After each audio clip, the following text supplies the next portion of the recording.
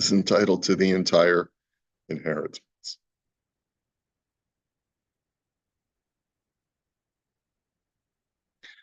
So, as he points out, the only thing that we haven't seen yet is the footnote, which of course takes it into consideration that sometimes a testator, has a right to redistribute his estate, not according to the prescription of the Torah.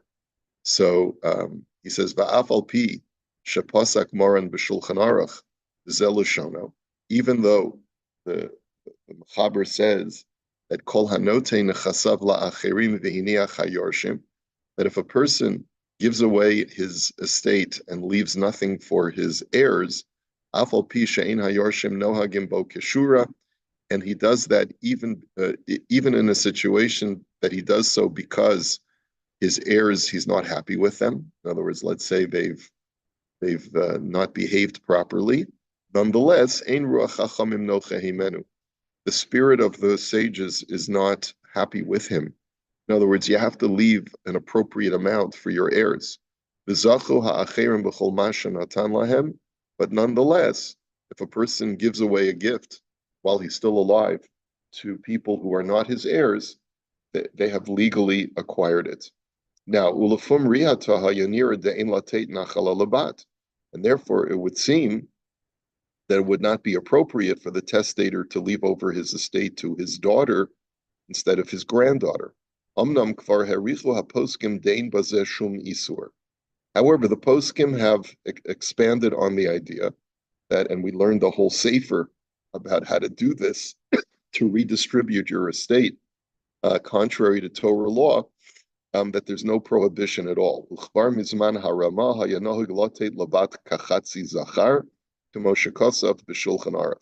And already in the times of the Ramah, it had become a prevalent minhag to give your daughter half of what a son would get. And today, that would not be sufficient. In other words, today, if you don't give your daughter an equal share, boy, there's going to be a lot of acrimony. שהאריך בזה והביא כמה טעמים המיילו שייך בזה משום העבורי אחסנתה. And Rav Blau, in discussing this issue, explains for a number of reasons why there's no prohibition of passing over your heir and giving away your estate to somebody else. And of course, when you and I studied this together, we understood that the only time that there's an isser is if you take away everything from a rightful heir and leave them with zero. But to take away a portion of the estate is perfectly legitimate as long as you leave them something. V'ayin od l'Rabbeinu b'shut Baruch Omer shekasav Shemarn Rabbeinu Hagadol Zatzal tikein liyehudei Iran be'elul tav shin lamed vav shabanot yirshu kachatzi zachar v'ayin sham od ma shekatav bazeh. That apparently Rav Sharaga, I'm sorry, Moreno Hagadol, I'm not sure if that refers to Rav Avadia Yosef, I'm not sure, says that he made a sort of a policy for the Jews of Iran back in 1976. He said that in all families in Iran, testators should leave for their daughters an amount in their estate that is equivalent to half of what their male sons would receive. So it's pretty standard. So okay, we've done a lot of this stuff already. So why don't we go on to the next shuva? Ha'im banot mechuyavot lachtom al vitur la'achehem b'Yerusha. Do daughters have to sign off on some kind of forgiveness to their brothers when it comes to estate inheritance? So what is this tshuva all about? So let's take a look. Reuven niftar, v'hishir acharav shnei banim u'shtei banot. Reuven passed away. He left over 2 sons and 2 daughters. V'cha'et ha'achim mevakshim shehabanot yachtamu lahem al shtar vitur al chelkam b'Yerusha.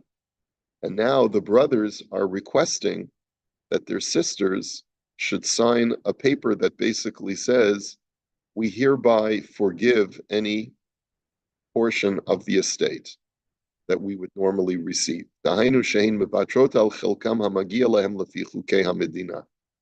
let's say Ruvain did not leave a will, and the state of Israel, basically says divide up everything equally among the heirs. Okay, not according to Torah law. The brothers, of course, now are coming forward and saying, "Hey, that's not right. Torah law says the brothers get everything and the girls get zero. So we want you to sign a piece of paper that says that since you're nice from girls, you're going to you're going to relinquish your portion of the estate so that you can abide by Torah law.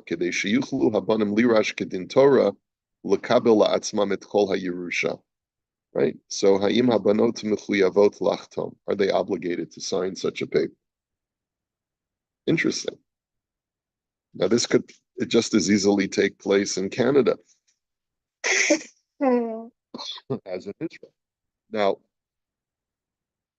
of course, we all understand that in a situation where a testator left a will stating explicitly what his wishes were, so then we know that even though lechatchila, a person should have that special paragraph in his will that we talked about when we learned all about making wills and trusts, we talked about having a special paragraph that basically states that I want that a moment before I die, I want that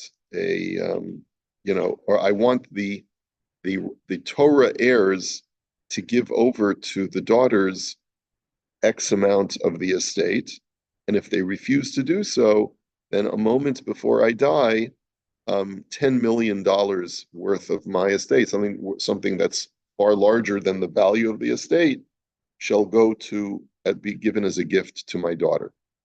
Right? So that's how you create a fail-safe to do that. Now, if let's say you failed to do that, Rav Moshe Feinstein, we had studied together, has a tshuva that says that even without that paragraph, it is legal for the daughters to inherit, and they cannot be intimidated by the male heirs to forego their portion of the estate.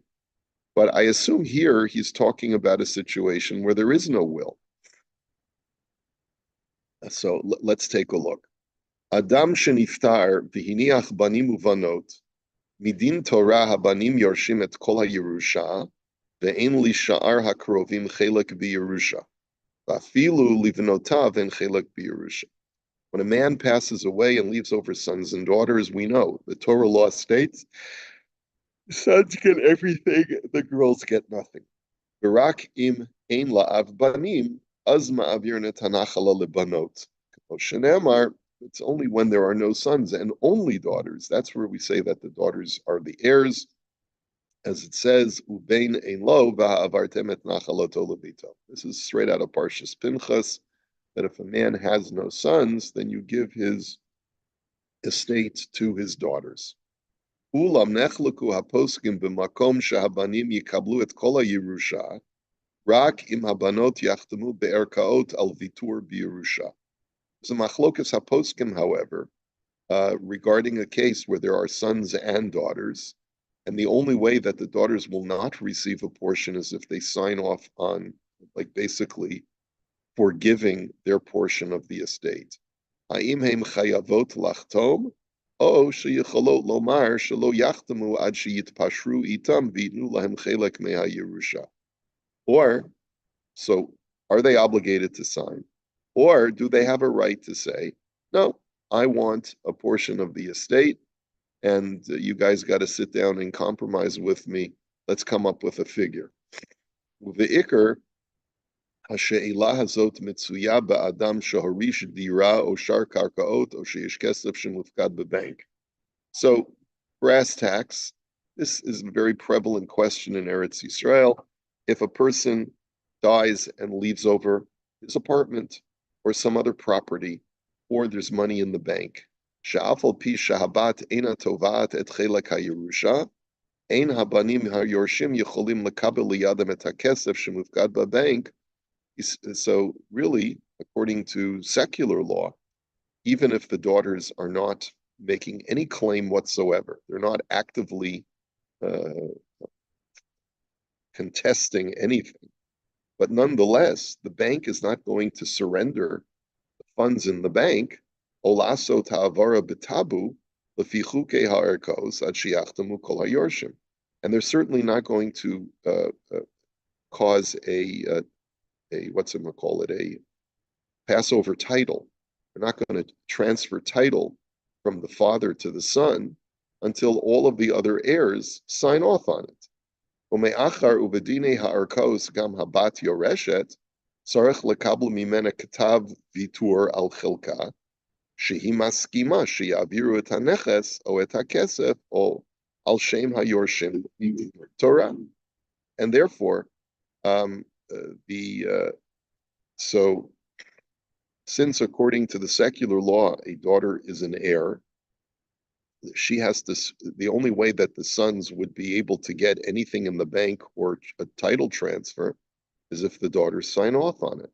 Aval sha'ar hanechasim she'ein tzrichim rishum, ein sorach bichtav vitur, v'im hi shomeret mitzvot, notenet ata yerusha le'acheha. But here's the sort of painful part of what he says. If there are just, let's say, if there's a floorboard that's loose and they discover a stash of cash, dad's apartment, and it's unsecured, it's not being held by any government agency, then there's no letter that the daughter has to sign. She has to surrender that money to her brothers, according to Torah law, because the father, as a testator, I guess did not specify. Anyway, ולגבי דין זה, האם הבנות חייבות לחתום על כתב הוויתור, או שיכולות לתבוע סיכום כסף עבור חתימתן?